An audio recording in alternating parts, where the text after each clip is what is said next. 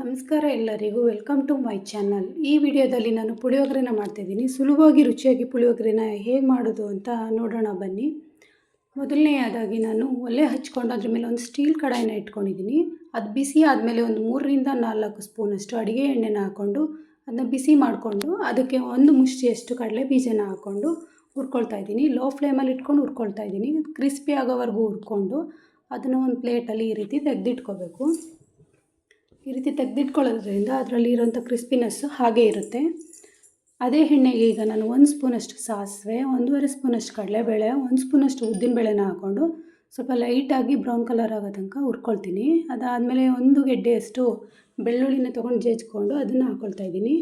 1-2-3 ಒಣಮೆಣ್ಸಿನ್ಕಾಯಿನ ಮುರಿದು ಹಾಕ್ಕೊಳ್ತಾ ಇದ್ದೀನಿ. ಸ್ವಲ್ಪ ಕರ್ಬೇವಿನ ಸೊಪ್ಪು ಹಾಕ್ಕೊಂಡು ಸ್ವಲ್ಪ ಫ್ರೈ ಮಾಡ್ಕೋಬೇಕು. ಸ್ವಲ್ಪ ಫ್ರೈ ಆದಮೇಲೆ ಒಂದು 50 ಗ್ರಾಮಷ್ಟು MTR ಪುಳಿಯೋಗರೆ ಪೌಡ್ರನ್ನ ತೊಗೊಂಡು ಹಾಕೋತಾ ಇದ್ದೀನಿ. ಸ್ವಲ್ಪ ಫ್ರೈ ಮಾಡ್ಕೊಳ್ಳಿ. ಸ್ವಲ್ಪ ಫ್ರೈ ಆದಮೇಲೆ ಇದಕ್ಕೆ ಒಂದು 1/4 ಕಪ್ಪಷ್ಟು ನೀರನ್ನ ಹಾಕ್ಕೊಂಡು ಚೆನ್ನಾಗಿ ಮಿಕ್ಸ್ ಮಾಡಿಕೊಂಡು ಸ್ವಲ್ಪ ಕುದಿಸ್ಕೋಬೇಕು. ಅದು ಕುದ್ದಿದಾದಮೇಲೆ ಅದಕ್ಕೆ ರುಚಿಗೆ ತಕ್ಕಷ್ಟು ಉಪ್ಪು ಹಾಕ್ಕೊಂಡು ಒಂದು ಸ್ವಲ್ಪ ಮಿಕ್ಸ್ ಮಾಡ್ಕೊಳ್ಳಿ. ಸ್ವಲ್ಪ ಕೊತ್ತಂಬರಿ ಸೊಪ್ಪು, ಈ ಟೈಮಲ್ಲಿ ಸ್ವಲ್ಪ ಕೊತ್ತಂಬರಿ ಸೊಪ್ಪನ್ನ ಹಾಕ್ಕೊಂಡು ಮಿಕ್ಸ್ ಮಾಡ್ಕೊಳ್ಳಿ. ಚೆನ್ನಾಗಿ ಮಿಕ್ಸ್ ಆಗಲಿ. ಅದರಲ್ಲಿ ಎಣ್ಣೆ ಅಂಶ ಬಿಡುತ್ತೆ. ಈ ಟೈಮಲ್ಲಿ ಎಣ್ಣೆ ಬಿಡ್ತಾ ಇದೆ. ಈ ಟೈಮಲ್ಲಿ ನಾವು ಮೊದಲೇ ತೆಗೆದಿಟ್ಕೊಂಡಿರುವಂತಹ ಅನ್ನ ಏನೈತೆ ಅದನ್ನು ಹಾಕ್ಕೊಂಡು ಚೆನ್ನಾಗಿ ಮಿಕ್ಸ್ ಮಾಡ್ಕೋಬೇಕು.